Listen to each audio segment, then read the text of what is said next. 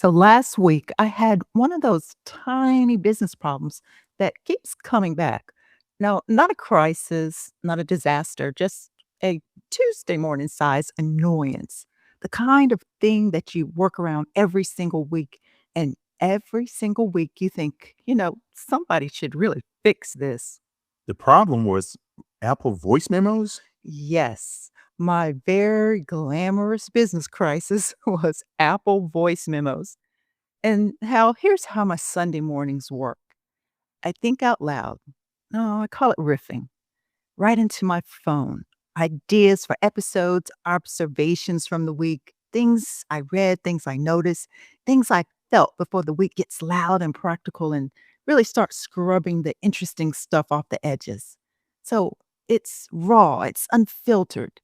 It is how I catch what is actually happening in my head before the calendar gets its hands on me.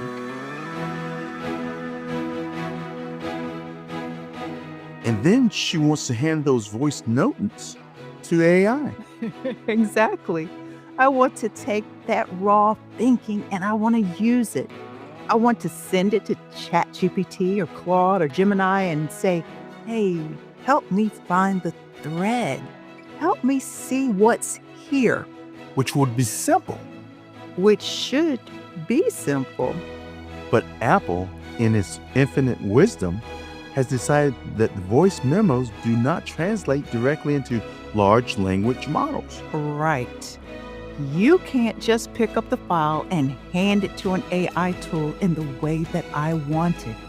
You have to export it, convert it, move it, rename it, upload it, and do a little digital square dance before the darn thing becomes useful. And every Sunday, you do the dance. Right, every Sunday, the dance. And every Sunday, I say the same thing. Somebody should fix this. But last week, I stopped asking how to make the old path easier. I asked a different question. I asked Gemini, what if I stopped using voice memos entirely? What if I captured the audio somewhere else in a way that already fits the workflow that I actually need? And the answer was annoyingly simple. I know, so simple. I almost laughed how it was open OneDrive, navigate to the folder, create a new document, tap the microphone, speak, done. It records, it transcribes, it lands in a place that I can actually use. So the problem I had been working around for months was not really a technology problem, it was a listening problem. I had been listening to the tool. I had not been listening to the workflow. I kept asking, how do I force this thing to work? When the better question was, what am I actually trying to accomplish? And that is where today's conversation starts. Because in the AI era, that little mistake gets expensive fast. If you hand AI the wrong question, it will still give you an answer. If you hand AI the wrong assumption, it will still build you a plan. And if you hand AI a version of reality you never bothered to check, it will help you scale that misunderstanding beautifully. Garbage in? Beautiful garbage out. AI can't hear what you ignored.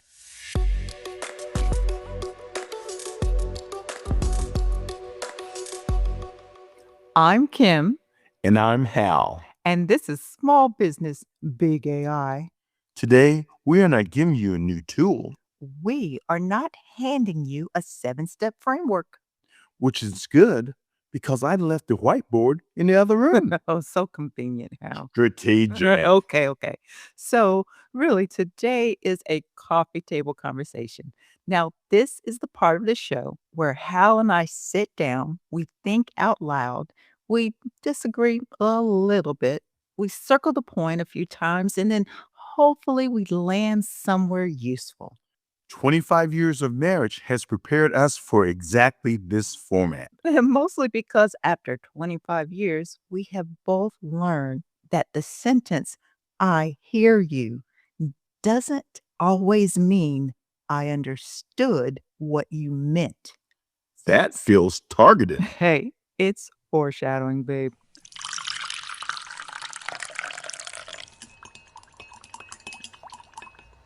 To all our loyal listeners, our community, our small business, big AI insiders, we have spent the last several weeks in the Impact series talking about how small business owners can build smarter AI powered operations. Identify, mode, parameters, activate, check and transform. All the pieces that help you stop using AI like a toy and start using it like part of your operating system. But this week, I kept coming back to something much quieter, something that sounds softer than strategy, something that does not require a subscription, an app, or a dashboard, or even a new login that you're immediately going to forget the password to. We are not naming names. Okay, we are absolutely not naming names. Al.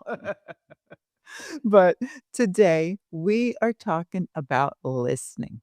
And before anybody thinks, "Oh no, Kim's lost her mind," you know, this this is a soft skills episode. Well, let me be clear.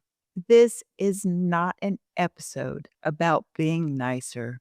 This is not an episode about nodding thoughtfully in meetings or about pretending to be emotionally involved while mentally you're writing your grocery list or something. A skill some of us perfected in our younger years. Again, foreshadowing. But this is about something more operational. So, in the AI era, listening is not just a soft skill, it is the human input layer. It determines whether your business decisions and your AI systems are grounded in reality or simply built on assumptions. Because AI can move fast, I mean, very fast. but it does not know whether you are actually understanding the problem. Exactly how AI can help you write the email. It can build the process, draft the campaign, analyze the data, create the checklist, and design the workflow.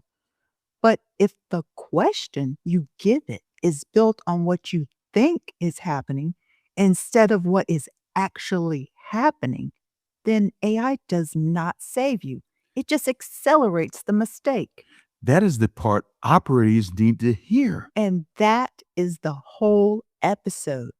AI can't hear what you ignored.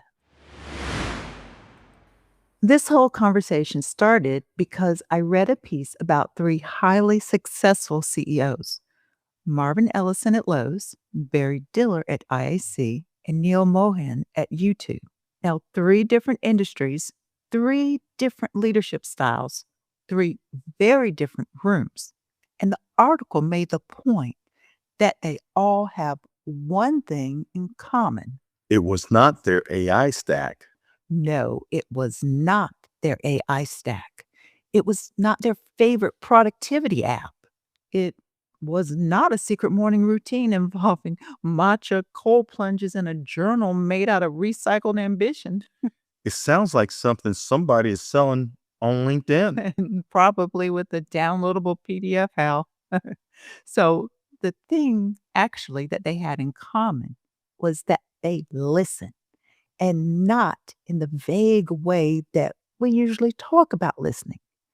They listen deliberately. They listen structurally. They listen when it costs them something. That phrase matters. It does. Because, I mean, everybody says that they listen. Every leader says, my door is always open. And every business owner says, I talk to my customers. Then you have every operator, they say, I know what is happening in my business. But there is a difference between being available and actually listening. So available means the door is open, but listening means that you are actually present when someone walks through it. Now, those can look identical from the outside and feel completely different to the person talking. I want to push back on that a bit, Kim, Okay, good. because I think a lot of operators really do believe they listen. I did. When I was running the dealership, I thought being close to the action meant I understood the action. I was available. I was visible. I was not hiding in some executive suite pretending that numbers told the whole story, but availability and understanding are not the same thing. No, they are not. And that is where this gets uncomfortable. The business owner might be around the business all day and still miss what the business is trying to tell them. And that right there, Hal, that is the listening gap. You can be surrounded by information and still not absorb the truth. You can read reports and still miss reality.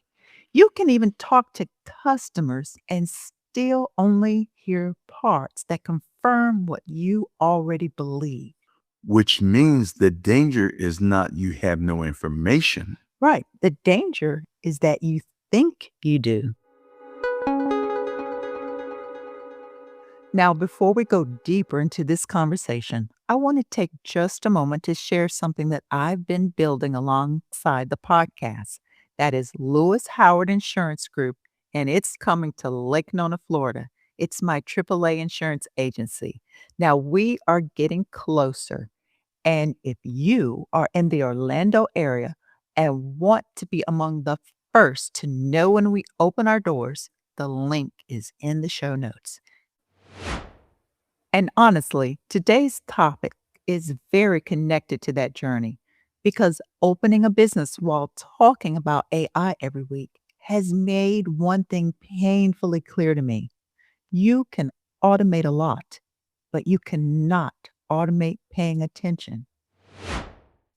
Okay, back to the conversation because Hal still thinks he's right about the accuracy thing, I haven't even made the accuracy argument yet. but I could hear it warming up. That is not listening. That is surveillance. Marriage. Yeah, right. So let's start with Marvin Ellison at Lowe's. Now, what stood out to me is that he still walks the floor and not as a symbolic CEO tour, not as a look, hey, I'm just like everyone else photo opportunity. He goes into the stores and talks to the people who actually work there. Because the floor knows things the report does not. Exactly. The floor knows where the process breaks. The floor knows which system everyone has quietly learned to work around. The floor knows what customers ask for that never makes it into the dashboard. The floor knows which policy looks clean in the handbook but creates a mess at the counter. That is the invisible overhead. Yes, invisible overhead. The extra 10 minutes per transaction. The workaround everybody uses, but nobody escalates. The friction that has become so normal that people stop calling it friction. They just call it, this is how we do things. And the owner never sees it because by the time the information reaches the owner, it has usually been cleaned up. Exactly. So reports are just summaries, dashboards are summaries, meetings are summaries. By the time reality gets summarized 3 times, the texture is gone. And sometimes the texture, Hal, is the point. So, for every small business owner listening, here's the first question. When did you last walk your own floor? Not physically, if your business does not have a physical floor, but when did you last stand where the work actually happens? When did you last listen to a sales call? Read the customer complaint without defending yourself. Watch someone use your intake form. Sit beside an employee while they complete a task you think takes 10 minutes.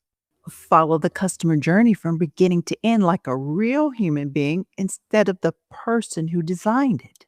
That last one is dangerous. Yes, very dangerous because once you experience your business as the customer experiences it, you may not like what you see, Hal. Uh, but you have the accuracy. And there it is. That is my point. I do not disagree with listening language. I just think operators need to hear this in operational terms. Listening is not just empathy, it is how you get accurate information. If you are only looking at reports, you're looking at what your systems were designed to capture. But the floor shows you what your systems missed. Okay, so your frame is that listening creates accuracy. Yes, especially for operators, because the problem in the business is not always a lack of effort. Sometimes the problem is bad information. You think the bottleneck is sales, but it's onboarding. You think the issue is employee attitude, but the process is broken. You think customers are price sensitive, but they actually are confused. You think AI needs to write better marketing copy, but your offer is unclear. Oh, well, that one hurts. It should. And it is exactly why listening matters more now. Because if you take the wrong assumption into AI, well, then AI will not stop you and say, "Hey, Kim, have you verified that?" It will say, "Absolutely. Here are 12 campaign ideas based on your flawed premise." Fast, Polished, confident. beautiful garbage. The second CEO in this article was Barry Diller, and his example was different. He's not walking a store floor. He is sitting inside loud, messy, creative arguments and not above them, not reviewing the cleaned up version afterwards, but actually in the room, inside the friction. That is a very different kind of listening. It is Hal, because he is not just listening for consensus. He is listening before consensus forms. So he is listening for the idea that gets killed too early, the objection that makes everyone uncomfortable, the weird comment that does not fit the slide but might reveal the real issue. The moment when the room gets tense because somebody finally said the thing that nobody wanted to say. The answer may be hiding in the part of the conversation everybody wants to move past. Yes.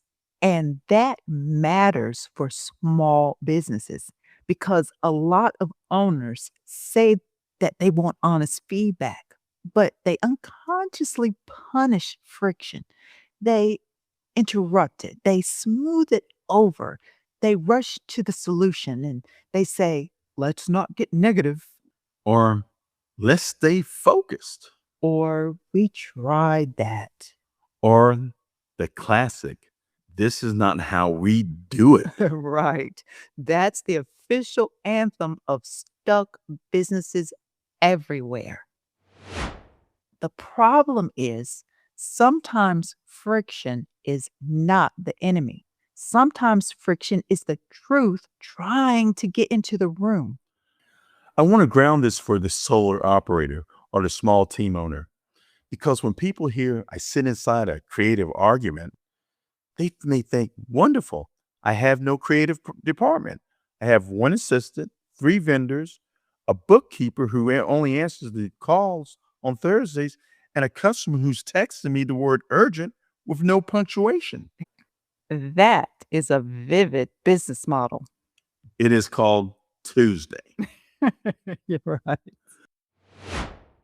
But here's the real question.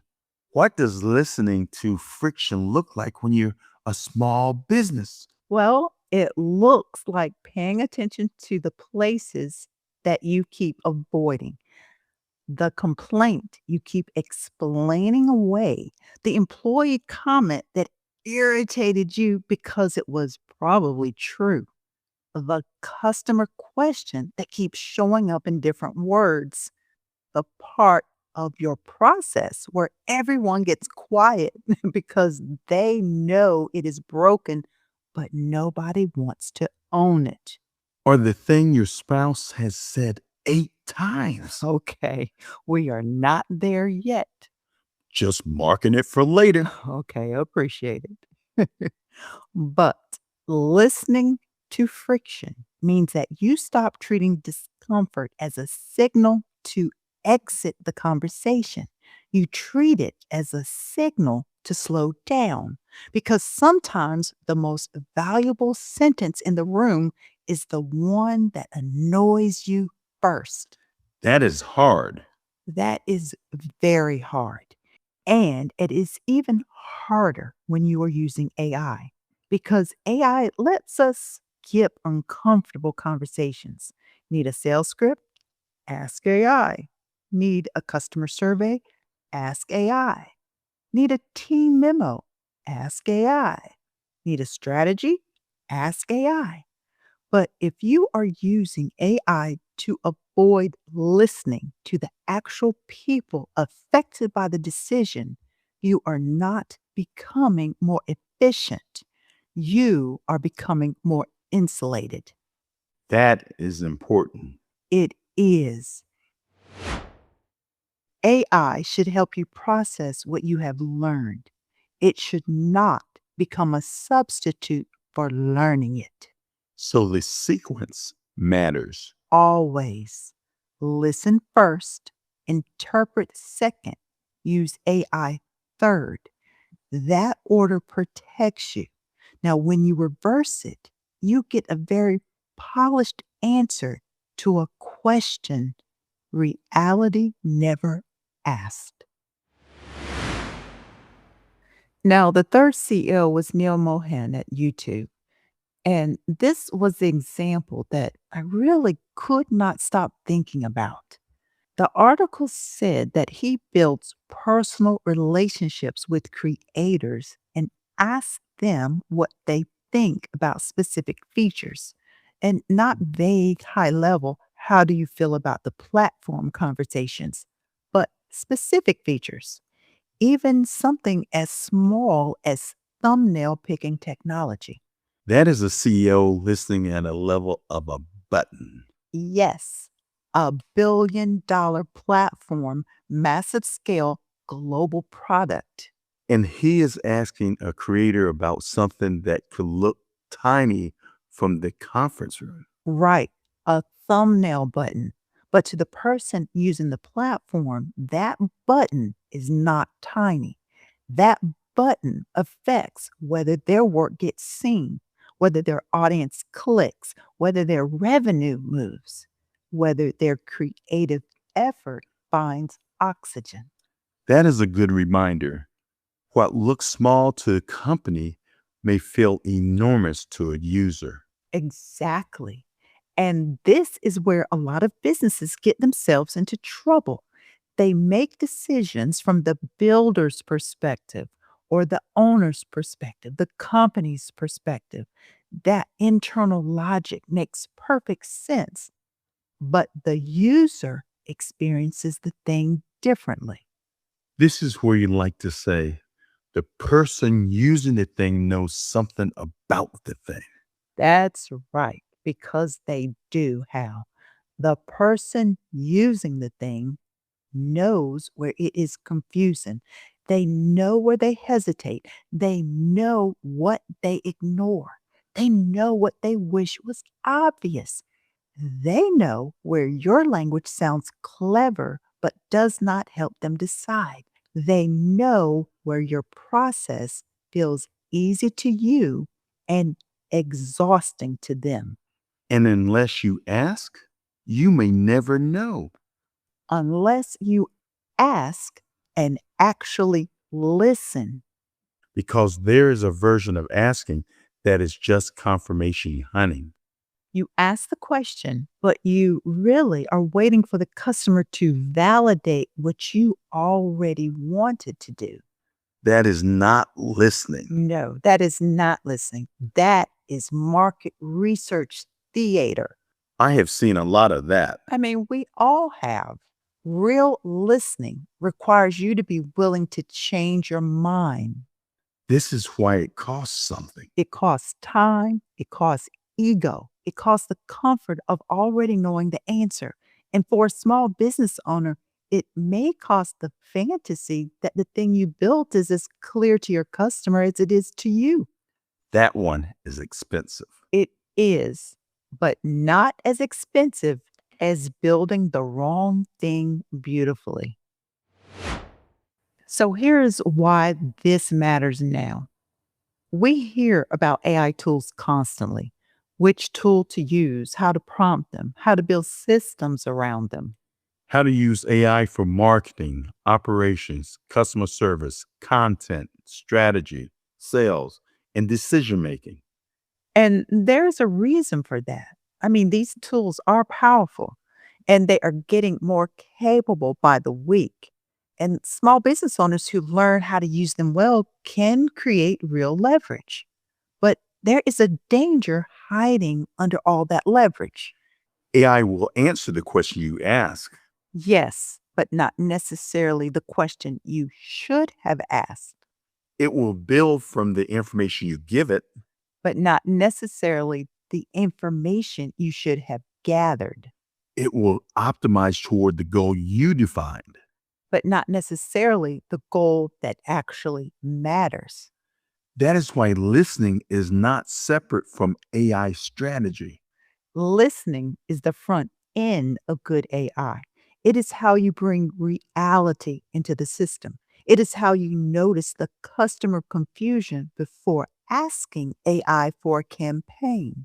It is how you find the operational bottleneck before asking AI for a workflow. It is how you hear the employee frustration before asking AI to write a policy. It is how you understand the actual problem before asking AI to solve it. Otherwise, garbage in. Beautiful garbage out. And the scary part is the garbage is getting prettier. So a few years ago, bad input produced clunky output. You could spot it. It sounded robotic. It looked unfinished. It had rough edges. But now, bad input can produce polished output, beautiful slides, confident strategy, professional emails, impressive plans, detailed workflows. But if the premise is wrong, polish does not save it. It just makes the mistake harder to see. That may be the most dangerous thing AI does for small business owners. It gives assumptions a professional wardrobe. That is a dangerous line. Right, but it is true. AI can dress up an assumption so beautifully that you forget to test it. And that is why the human work matters: the listening, the noticing, the judgment, the willingness to ask, do I actually know this?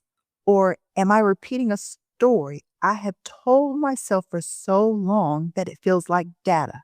That is the operator question. That is the operator question. I think we should now offer evidence from our actual life. Do we have to? We do. Okay, so you want the dishwasher story.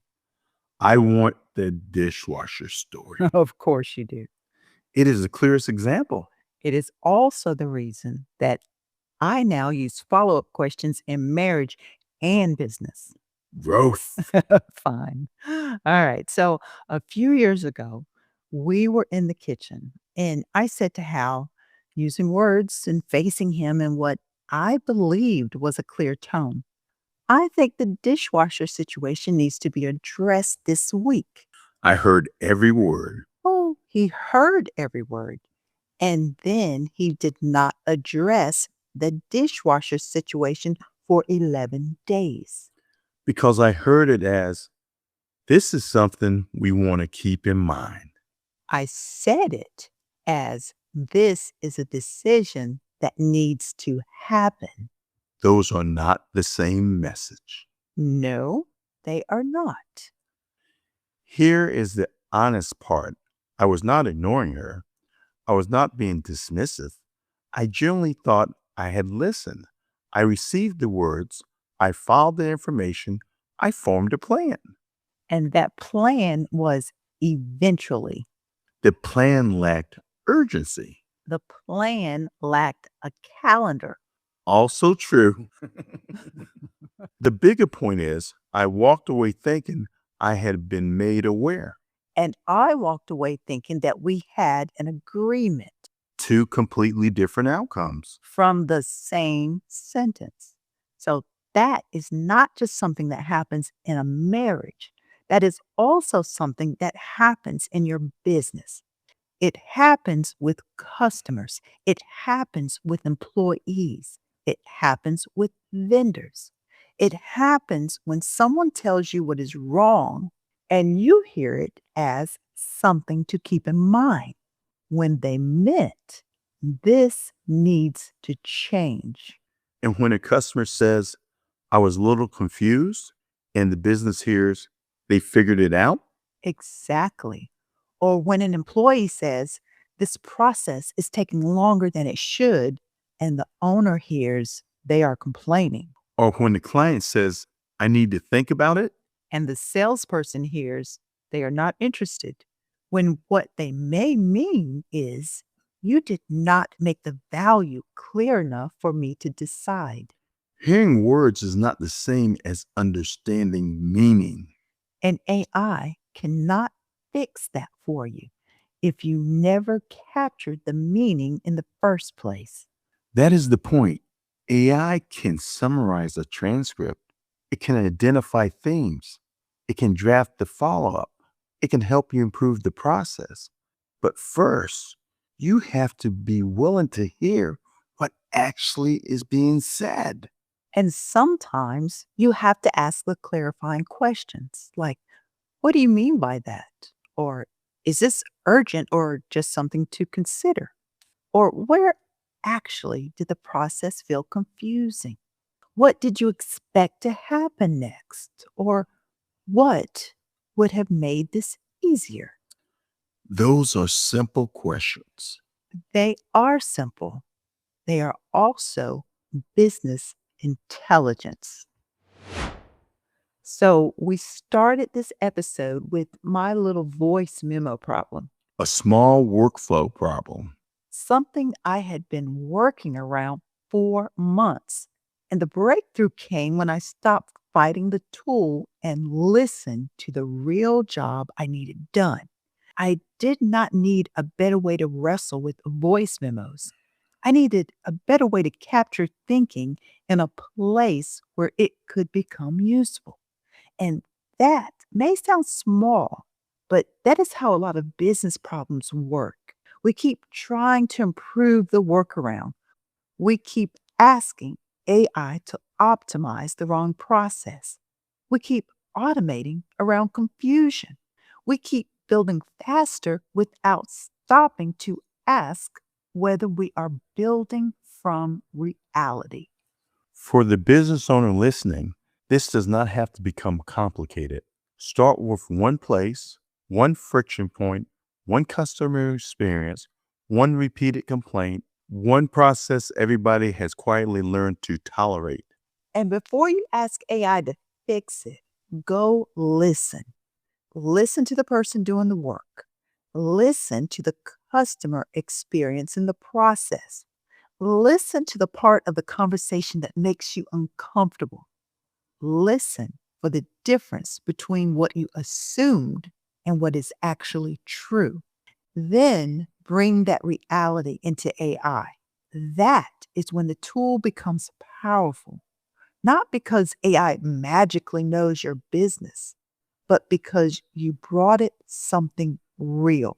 That is how operators use AI well. Yes, not by replacing attention, by extending it. AI can move fast, But speed is not the same as direction. and polish is not the same as truth. Exactly. Listening is not a soft little leadership virtue sitting on the shelf next to patience and good posture. Listening is how you keep your decisions grounded. It is how you keep your prompts honest. It is how you keep your systems from scaling the wrong thing. And it is how you build the kind of business that actually understands the people it serves. That is your technology-enabled superpower. That's right, your technology-enabled superpower. Not the tool by itself, but the attention that you bring to it. Until the next time, Keep building. this has been Small Business Big AI. We'll catch you in the next episode.